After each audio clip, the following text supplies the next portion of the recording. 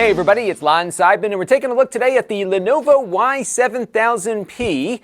This is part of their Legion gaming series, and this particular laptop is being sold at a number of retailers. It's not available directly from Lenovo.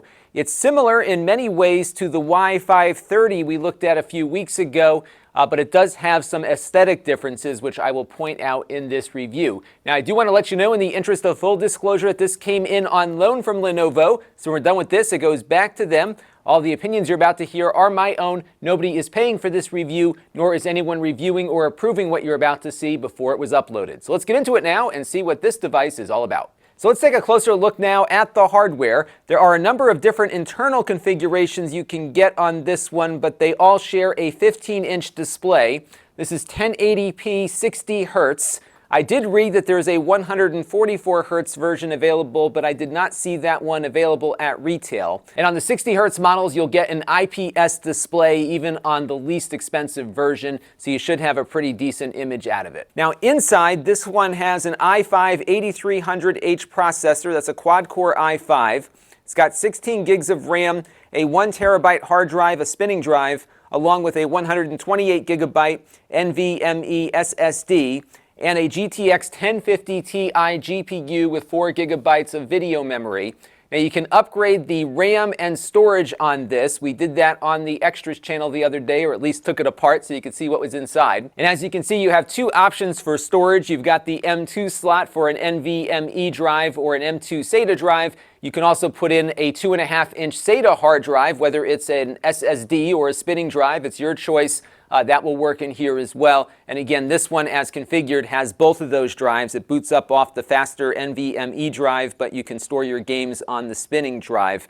As configured, this one is just under $1,000 right now at many retailers, and they also have a version with a 1060 GPU and an i7 that will run you about $1,100 to $1,200.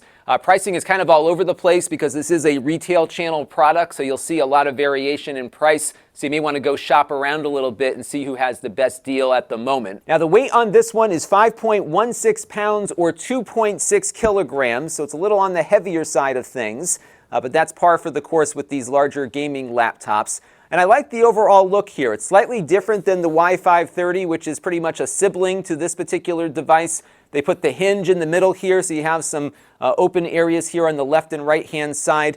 They went with a click pad on here versus a trackpad with separate buttons on the Y530.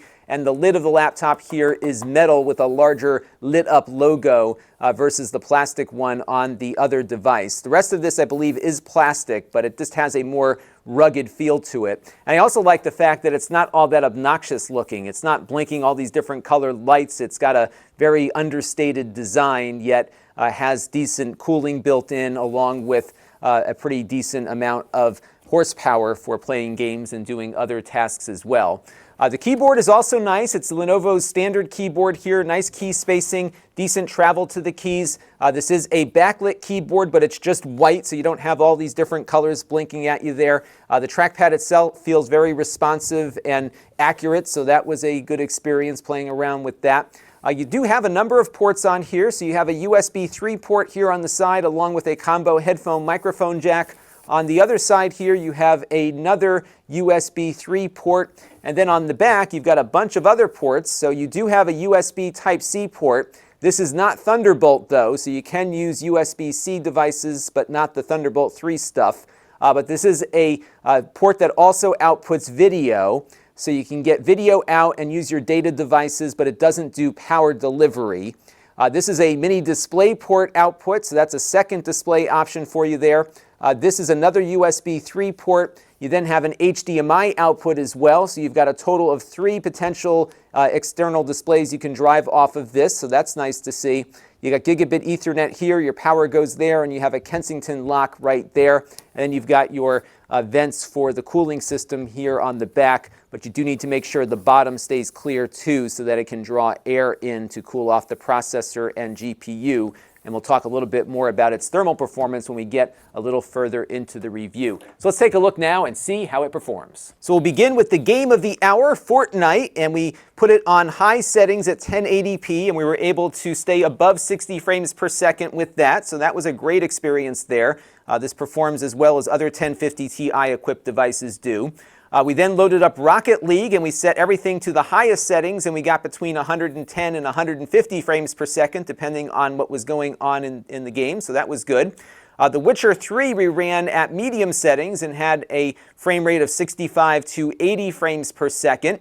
And then we booted up GTA 5, which has a very complex set of graphics settings that you can see here. And there we were well over 60 frames per second, typically in the 70 to 110 frames per second territory there, with very good image quality on that front. So a very nicely performing laptop, again performing as we would expect a 1050 Ti to perform. And remember, they also have a 1060 version as well. Now, we also ran the 3D Mark TimeSpy benchmark test. That is a DirectX 12 test to see how it stacks up with some other stuff. There we got a score of 2,520. It's pretty much right within the margin of error with the Legion Y730 we looked at a few weeks ago. I believe that Y730, though, had an i7 processor, so it did a little bit better on the physics portion of the test. And we also compared it to a i7-powered Y520 with a 1050 Ti from Lenovo last year. Similar score on the graphics side, but the processor on this i5 did better than the i7 did on last year's device there. So you can see little incremental gains in performance here as Intel keeps revving their processor generations. But overall, very good performance. We also ran the 3D Mark stress test to see how well it did under load. And there we got a score of 98.9%. You can also see what the temperatures were of the device as it was running both the CPU and the GPU.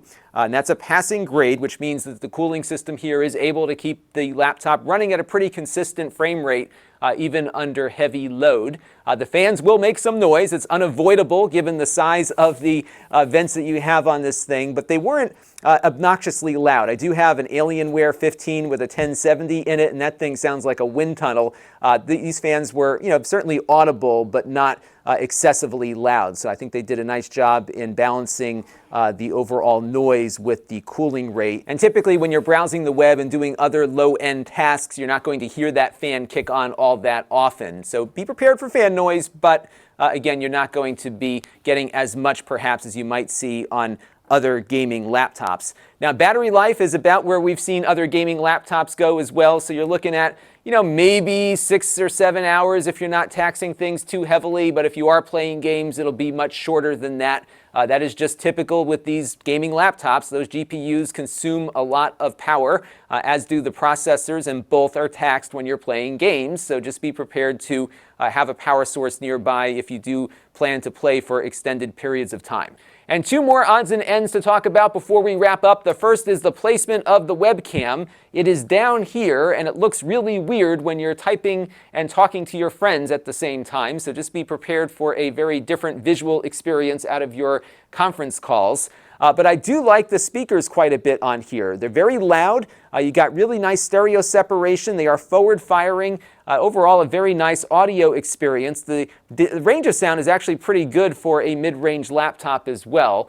You will, of course, get better sound out of headphones or out of a set of speakers, but nonetheless, for what they have put into the case here, it's actually not too bad. So I think you'll have a good experience playing games on this and doing everything with the exception perhaps of chatting with your friends. And these gaming laptops with the GPUs also do pretty well as video editing devices because they can make use of that discrete graphics processor for doing video layering and other special effects. And they also do pretty well with live streaming as well. But if you are planning to do that in addition to the gaming, perhaps going with an i7 version might be a little better. But I was pretty impressed with what I saw out of this i5 from this current generation of Intel processors. So that's going to do it for the Y7000P. A very nice offering here from Lenovo that's available at many retailers. And until next time, this is Lon.TV. Thanks for watching. This channel is brought to you by the Lon.TV supporters, including gold level supporters Chris Allegretta,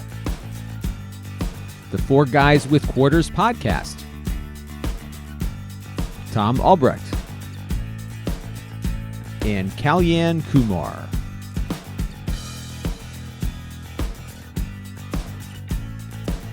If you want to help the channel, you can by contributing as little as $1 a month.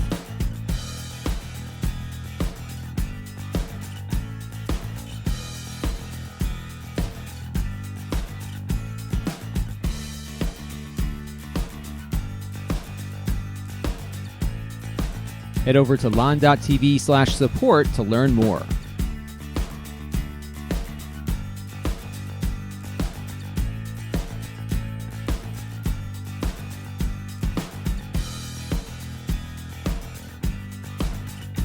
And don't forget to subscribe. Visit Lon.TV/s.